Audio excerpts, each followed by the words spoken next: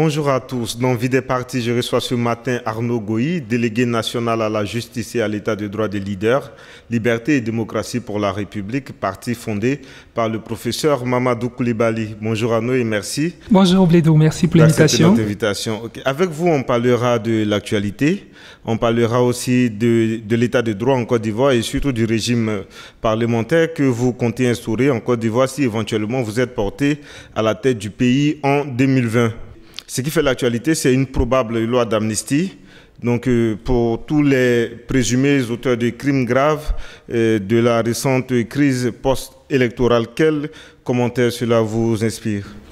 Déjà, d'entrée de jeu, merci pour l'invitation. Juste avant de répondre à votre question, je vais peut-être préciser un tout petit élément de la présentation.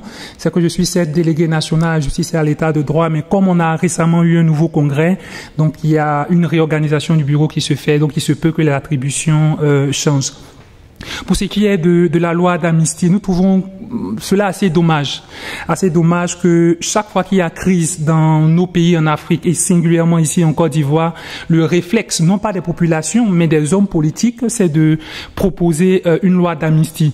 Peut-être que la loi d'amnistie contribuerait à décrisper l'atmosphère politique, je ne sais pas. Mais une chose est claire, pour les victimes, pour les familles des victimes, c'est assez difficile que les personnes qui sont auteurs de crimes, de délits, d'infractions, peu importe la nature, durant les crises, au lendemain des crises, l'on les amnistie.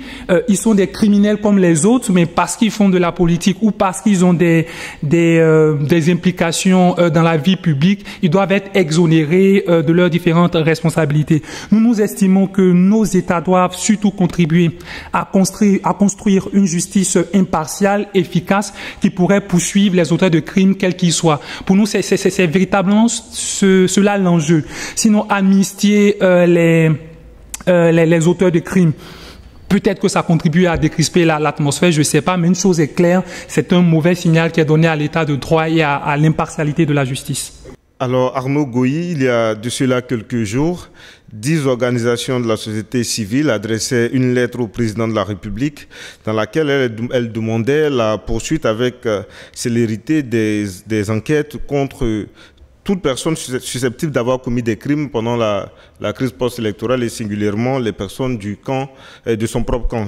Est-ce que vous pensez que cette démarche-là peut accélérer et la poursuite dans ce sens-là? Nous espérons, c'est le rôle d'ailleurs des organisations non gouvernementales, c'est le rôle de l'opposition et c'est le rôle des populations ivoiriennes même en général. Parce que nous sortons d'une crise et nous savons qu'au lendemain d'une crise, dans la crise, il y a nécessairement des abus, des violations du droit commun et du droit de la guerre. Ça dépend de la nature de la crise qui sont commises. Donc une fois que les crises sont terminées, il faut que l'on situe les différentes responsabilités.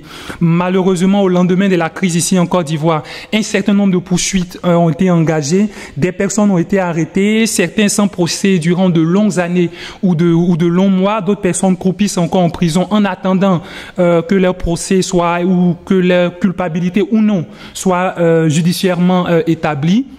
Et nous estimons que pour des questions de dignité de la vie humaine, on ne peut pas détenir éternellement ou indéfiniment des personnes en prison. Et au-delà de cela, la justice doit être complètement impartiale. C'est un critère de réconciliation, c'est un critère de bonne gouvernance et surtout c'est un critère d'existence d'état de droit. On ne peut pas sortir d'une crise, engager des poursuites contre un certain nombre de personnalités et l'on se rend compte que l'ensemble des personnes qui sont suspectées d'avoir commis des infractions durant la crise ne sont pas nécessairement inquiétés. La société civile doit jouer son rôle, taper sur la table, interpeller, sensibiliser, alerter l'opinion publique et les décideurs également. Et la justice doit jouer son rôle. C'est complètement fondamental. Imaginez-vous que vous sortez d'une crise, il y a des gens qui sont frustrés, qui voient leur bourreau à la télévision, qui attendent qu'il y ait des procédures judiciaires, qui attendent au moins qu'il y ait un chef d'inculpation et rien ne vient. Donc c'est extrêmement difficile et ça contribuerait nécessairement à la réconciliation. Est-ce que vous croyez que ça va faire bouger les lignes au niveau Nous espérons, on nous a présenté un gouvernement libéral, on nous a présenté un gouvernement démocrate, on nous a fait comprendre que le président et les autorités actuellement à tête de notre pays sont très sensibles aux questions démocratiques et d'état de droit, et donc nous espérons que ces autorités seront sensibles à l'appel lancé à la fois par les populations, mais aussi par les partis et les organisations de la société civile. Ok, Arnaud Goyi, vous parliez tout à l'heure de la réconciliation nationale. D'après vous, à leader, qu'est-ce qui peut expliquer cette grosse panne-là au niveau de la réconciliation? C'est délicat. La question de la réconciliation en Côte d'Ivoire est extrêmement délicate, puisque réconcilier les Ivoiriens implique une variété d'éléments. Elle implique un dialogue politique, elle implique une justice impartiale, elle implique une réparation pour les crimes ou pour les victimes de la crise électorale ou avant même la crise électorale.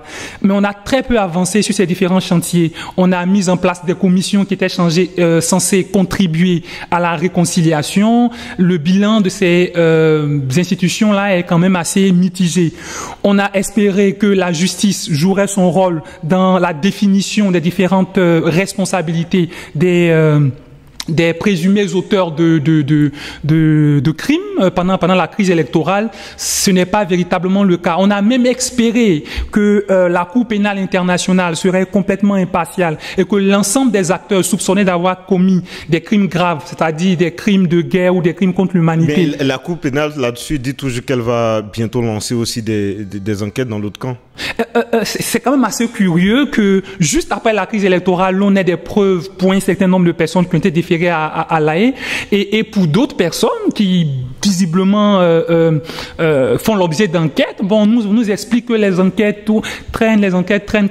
Je ne sais pas quels sont les obstacles aux enquêtes, mais le constat qui est fait, c'est que la justice est extrêmement rapide quand il s'agit international, extrêmement rapide, et trouve rapidement les preuves, même si les preuves ne tiennent pas toujours la route contre un certain camp, et quand il s'agit de l'autre camp, on traîne les pas. C'est assez incompréhensible. Et ce qui est dommage, c'est que et la justice nationale et la justice internationale sont très lents quand il s'agit d'engager des poursuites contre un certain camp. Est-ce que tu as dit que la réconciliation est impossible?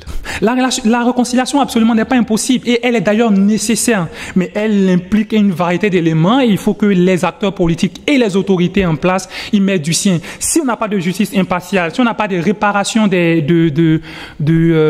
d'indemnisation des victimes, si on n'a pas une situation claire des infractions que chacun a commises, et si on n'a pas un dialogue politique ou un dialogue dans la société, si on n'a pas une libéralisation de l'audiovisuel pour permettre aux gens de se parler, comme l'on le fait ici sur votre web team, à ce moment-là, la réconciliation viendra très difficilement en Côte d'Ivoire.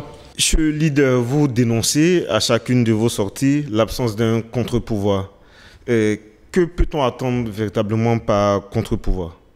Nous dénonçons surtout le manque ou l'hégémonie des pouvoirs du président. C'est l'un des chevals de bataille de leader. Nous estimons que lorsqu'on parle de démocratie, c'est la volonté populaire. La démocratie fait référence à la volonté populaire, et qui dit volonté populaire dit expression du peuple.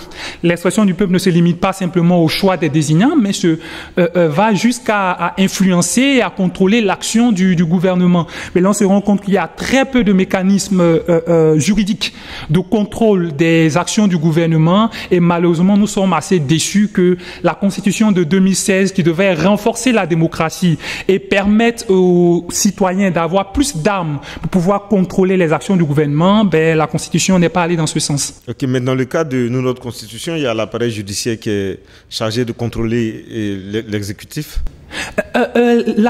L'appareil judiciaire est chargé de situer les responsabilités, mais notre justice en Côte d'Ivoire est complètement émiettée. Nous avons une justice administrative qui probablement va se mettre en place, nous avons une justice commerciale, nous avons une justice constitutionnelle. Cet émiettement finalement de la justice dessert la justice et fragilise l'appareil judiciaire. Pour nous, à leader, nous estimons que si nous voulons une justice forte, il faut unifier ces différentes juridictions, il faut avoir une seule cour, il faut avoir une seule Cour suprême, il faut supprimer le Conseil constitutionnel qui beaucoup plus s'apparente à un conseil politique qu'une organisation judiciaire. Donc il faut jumeler, il faut avoir une seule Cour suprême qui cumule l'ensemble de ces différentes juridictions. Et puis il faut pouvoir décentraliser la Cour suprême dans les différentes régions de la Côte d'Ivoire, de sorte à rendre accessible la justice et les pouvoirs aux différentes populations. Et donc on va en venir à votre cheval de bataille qui est le régime parlementaire. Concrètement, qu'est-ce que c'est? Alors, à Leader, nous avons fait un constat. Nous avons constaté, avec tout le monde d'ailleurs, que la Côte d'Ivoire est indépendante depuis plus de 50 ans. Mais en 50 ans, nous avons connu des guerres, des crises, des tentatives de coup d'État, des crises post-électorales. Et la racine de ces maux est en partie due à notre système politique. Nous avons opté pour le régime présidentiel. Le régime présidentiel, c'est quoi? C'est une forme de régime dans laquelle les populations au suffrage universel direct élisent directement le président de la République, et une fois que celui-là est élu, il dispose d'une variété de prérogatives. En droit, il y a le principe de parallélisme des formes et des compétences qui, de façon ramassée, signifie que celui qui vous désigne, c'est lui qui vous contrôle et c'est lui qui peut vous enlever. Le président de la République choisit un premier ministre, donc il met fin à ses fonctions, comme le prévoit la Constitution. Donc le peuple désigne le président de la République, c'est le peuple en principe qui doit pouvoir contrôler le président, et c'est le peuple qui doit pouvoir l'enlever. Mais on se rend compte que dans le régime présidentiel, le peuple ne dispose pas ou dispose de très peu de mécanismes légaux pour pouvoir contrôler directement les actions du président. Au résultat, on a des présidents qui sont super forts, qui sont chefs de la justice, chefs de l'armée, chefs de l'administration, qui peuvent décider de tout et qui sont difficilement contrôlés. L'Assemblée nationale n'investit pas le président, ce qui fait que finalement, dans notre régime, les prérogatives qui sont reconnues à l'Assemblée nationale sont complètement minimes. Il y a un tout petit contrôle qui est exercé par l'Assemblée nationale, mais il n'est absolument pas efficace. Donc on a donc un président une fois élu qui ne rend compte à personne et qui attend 5 ans avant d'être réélu ou avant de quitter le pouvoir. Pour nous, c'est pas ça la démocratie. Pour nous, il faut plus de transparence, plus d'implication des populations, et cela ne serait être possible qu'à travers le régime parlementaire. J'ai envie de vous arrêter là. Et les députés qui sont élus sous le régime présidentiel, ces députés-là quand même sont la voix des populations à la base. Elles sont censées porter leur voix au sein de l'hémicycle, donc on ne peut pas parler d'hyper-pouvoir du président de la République. Ah ben si. Regardons attentivement les différentes prérogatives des parlementaires. L'un des contrôles qui est prévu par nos textes des parlementaires sur l'exécutif, c'est la loi de règlement, par exemple. C'est la loi de règlement. La loi de règlement, c'est ce qui permet de contrôler l'exercice budgétaire de l'État durant une année. Donc, les députés sont appelés à sanctionner ou non l'exercice budgétaire du gouvernement. Mais quand vous regardez l'ensemble même des prérogatives qui sont reconnues aux parlementaires, ces prérogatives sont extrêmement minimes. Et un parlementaire ne peut pas exiger du gouvernement de rendre compte. Dans un régime parlementaire, on va peut-être arriver là, mais dans un régime parlementaire, vous pouvez convoquer le président à l'Assemblée. Vous pouvez convoquer le premier ministre, le chef du gouvernement à l'Assemblée. C'est complètement impossible dans notre régime présidentiel. Cela veut dire que si vous avez des explications à demander au président, eh ben, le président ou au ministre, ils sont libres soit de venir, soit de ne pas venir. C'est complètement facultatif. Cela est absolument différent dans le cas du régime parlementaire. Parce que, premièrement, quand vous regardez l'essentiel des États européens, on a le président qu'en Afrique. Les régimes présidentiels où le président a tous les pouvoirs, on a ça qu'en Afrique. Vous prenez l'Espagne, l'Italie, la France, la Grande-Bretagne, la Norvège, la Suède, le Portugal, l'Italie, tous les États, l'essentiel des États que vous connaissez en Europe sont passés au régime parlementaire. Parce que l'argument qu'on a en Afrique, c'est que nous avons des jeunes démocraties. Oui, c'est justement parce que nous avons des jeunes démocraties que nous devons contribuer à affermir l'expression populaire. Ok, Arnaud Goyi, quelle est la place de la jeunesse au sein du leader, vous qui êtes jeune et déjà promis à un poste de responsabilité? À leader, la jeunesse tutoie les différentes responsabilités. Parce que, premièrement, malheureusement, en général, dans le fonctionnement des différents partis politiques, vous avez des institutions spécialisées. Vous avez l'institution des femmes, l'union des femmes en général, ça dépend des partis, et vous avez l'union des jeunes. Et finalement, les organisations de jeunes et de femmes ne font pas la promotion du leadership des jeunes, mais sont beaucoup plus des pôles de mobilisation, de mobilisation. Et finalement, ça exile les jeunes du centre de décision à l'intérieur d'un parti. Ce n'est pas la jeunesse d'un parti qui décide, c'est le bureau politique. Et l'on a très peu de jeunes en général au bureau politique. Ce qui fait que même si vous êtes jeune et que vous êtes talentueux et que vous arrivez dans la plupart des partis politiques ici en Côte d'Ivoire, vous êtes rangé automatiquement dans l'association des jeunes. Si vous êtes femme, on vous range dans l'association des femmes et finalement, ce ne sont ni les femmes ni les jeunes qui décident. À Leader, nous avons fait ce constat et finalement nous avons décidé que nous pouvions nous passer d'organisation de jeunesse.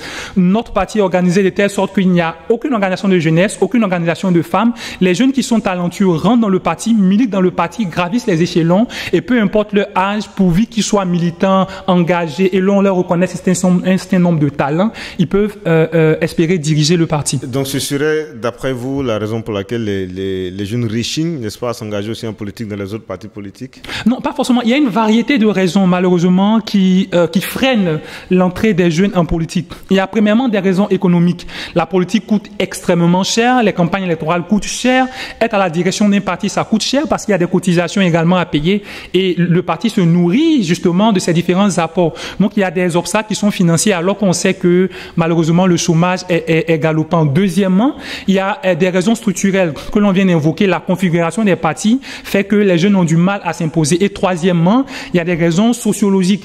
Sociologiquement, dans nos sociétés, ce ne sont pas forcément les jeunes qui décident.